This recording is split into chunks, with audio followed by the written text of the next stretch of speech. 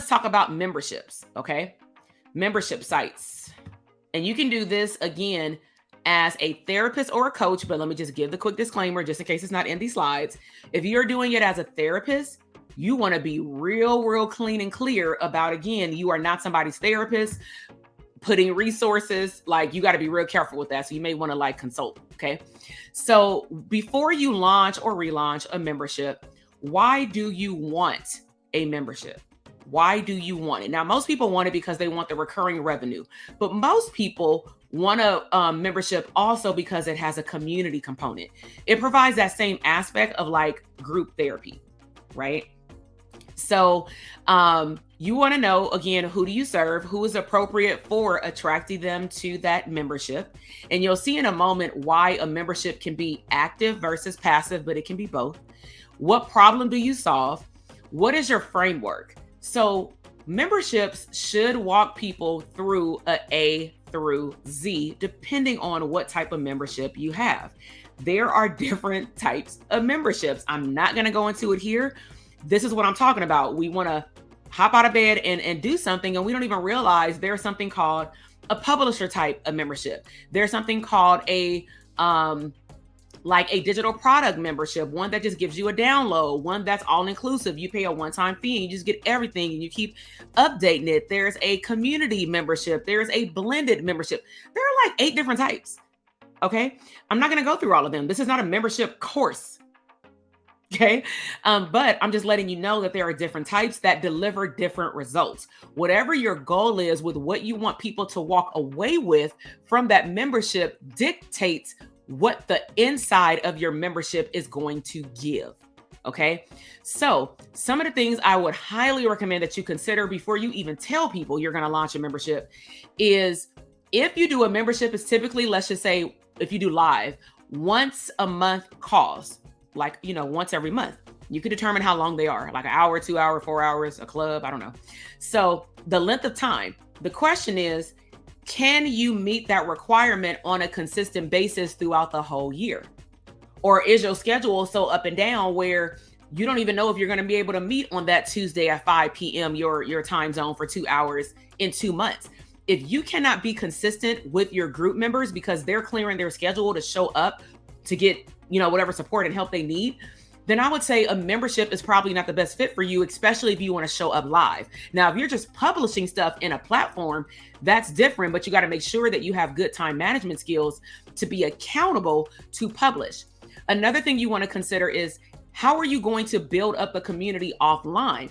Some of you don't even like Facebook, but then you expect that other people are going to be on Facebook in your community engaging with one another. Do you have a team member, or do you have people that are within your community that can serve as support experts? We have that in our programs, but they have to go through our program though to provide support for our students, because I don't mind being on Facebook, but I don't desire to be on Facebook every single day, because I know that other people are equipped to answer those questions very briefly. And honestly, sometimes as students in our program, it's a lot easier to receive information from a peer sometimes versus the coach based off whatever the question is, because they just want to see that something else is more relatable, like on their level. And I understand that. I'm still a student in coaching programs, right? So I hope that you take that in consideration, is what time commitment would you have to make in order for, if you want, for those people to have some means of communication in between sessions, even if that means you just publish a quote like once a week or something like that. And you can make it where the Facebook group, for example, or a Telegram group, the platform runs itself, meaning you set it up where they have to do something every Monday. Okay. Systems. Like I mentioned in the other, in the previous section, launch style, there are a variety of ways to launch a digital product. But just like VIP sessions, how are you going to onboard these people? What systems do you need to take them from, I want to sign up, let me click a button, let me put in my credit card information? Are you going to invoice them every single month? Or are you wanting it to be on really recurring revenue so that at least some of it can be passive, meaning you don't have to do all the things. You just have to make sure they're paying, right? If somebody wants to get out of the membership, how do you make sure you take them out of the portal? Because kind of like Netflix, you don't get to keep the movies in Netflix just because you want to stop paying. Like, it's over for you, right? Versus some coaching programs give you unlimited access once you're done paying for the program. So a membership is different than coaching because a membership is a subscription. Okay. Which means that if you're like in a membership program that I have, we have a membership that goes up until the conference. We meet up until October because it was primarily created to help those that go to the conference get more like just mindset prepared to like receive this greatness. Right. So we meet once a month. But our last session is in October, and then we meet at the end of October, right? And then we go into the holidays. So what is your wrap up? What is your delivery of information? How are you going to get things to them? How do you remind them of sessions? Some of y'all get annoyed, for example, when I send 3 reminders or 2 reminders for the boot camp, or like, man, why she send all these emails? I send them because you see them and you're not conditioned. You don't understand to open them to get the information. So we'll have people DM me and say, I didn't get the link. Did you open up the email? Now I don't say that. I'll say, I'll ask them other questions. They're like, oh, I checked my spam folder. My bad. It was there. Right. But that was also on the thank you page. We don't read that. That was also on the confirmation email. We don't read that. Right. So I hope that you're now understanding. Put a 1 in the comment box if you're understanding why email marketing and or text marketing is vitally important for the heartbeat of your business. You, I hope, are not relying on the social media algorithm that shows your family members that probably follow you, plus a few other ideal clients. I hope that you're really not relying on the algorithm to only show 5% of your audience your information if y'all interact. I really want you to think about that, because a lot of you all are saying that my product or service isn't successful. But when it get down to the nitty gritty, it's really because you only put your stuff on a social media platform and you just really expect that people are going to see it and be like, oh, I want to sign up. Right? Like, am I saying that you can't sell in a DM? Absolutely not. But you still got to have systems in place to do all these things, right? So let me use my cursor. So we got reminders for sessions, reminders for feedback forms. What platform are you going to deliver the information on? So like in our membership, I usually go live with our community on Zoom, but sometimes depending on if it's a bonus, or let's just say I didn't want to do Zoom and everybody don't want to show their face, I'm like, you know what? We just gonna go live once a month on Facebook, and y'all can just put y'all comments. You could be in your pajamas. I don't care. Right. So I may just go live. You have that prerogative. Just make sure that people who are signing up for that product or service understand that. Okay. So with the platform, what information are you going to deliver? Are you going to do slides? Are you just going to talk? How long are the sessions just about? What type of accountability are you going to expect that people who sign up have for one another? And then honestly, who's going to set all this up? If you don't know how to set this up, you have to be taught to set this up. This is where coaching comes in, because as providers, or anybody who's went to school and did like 3,000 plus hours or got certified in something, sometimes our mindset is really, and I've heard it, like, I just spent all this time and money getting licensed, doing my CEs every 2 years and all the things. And I understand it. I'm a psychologist. But your learning for a business owner does not stop after you have a title as a therapist. They did not teach you how to own a mental health business with various streams of income. Okay. They didn't teach you how to create an online course. They didn't teach you how to do a webinar. They also didn't teach you how to keep up with the times of technology. Just because you learned how to do something in 2020 doesn't mean that it's the same way now. Technology has thrived since then. It is bananas. Okay. Look at where I'm going live at. I'm not going live on a typical webinar platform. Could I? Yes.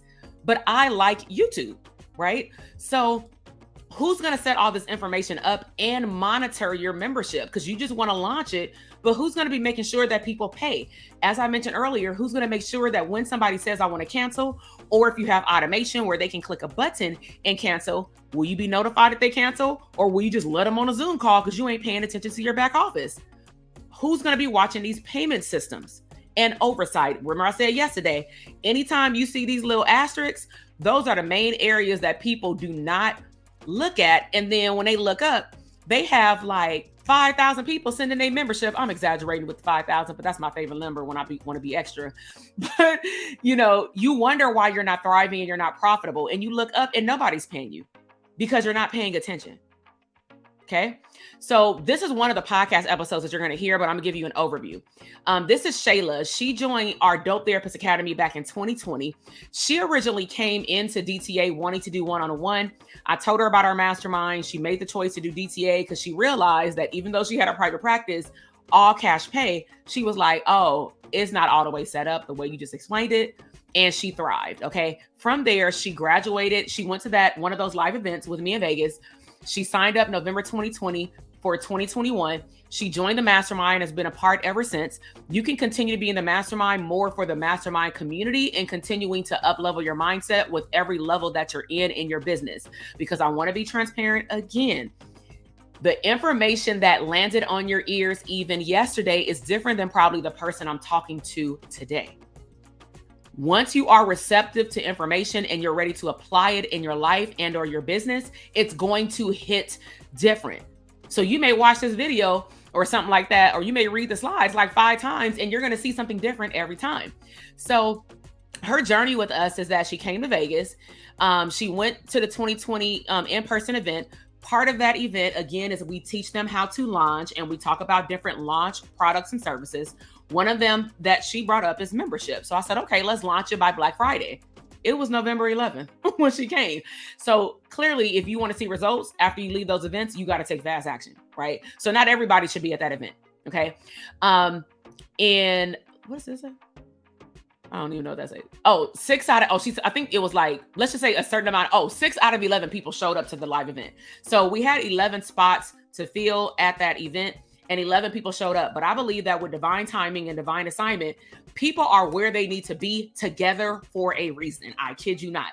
Not that I don't wish that everybody was there, but I kid you not. When somebody is missing, it just seems synchronous that every time the people are in the room, it's like they were always meant to be at that table together. It's crazy.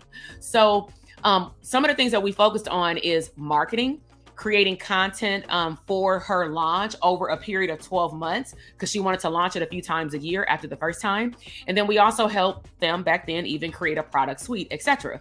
So after we introduced this, we said, which one are you going to do though? What product? And she said membership.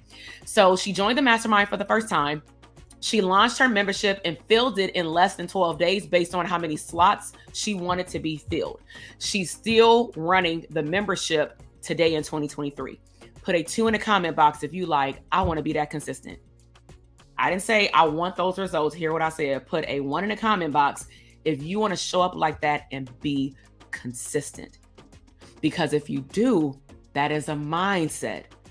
I can give you all the strategies in the world. You can listen to my podcast. You can watch various YouTube videos. You can come to this event in October. None of it is going to matter if you're not a person where you don't want to ask for help and you don't want to implement.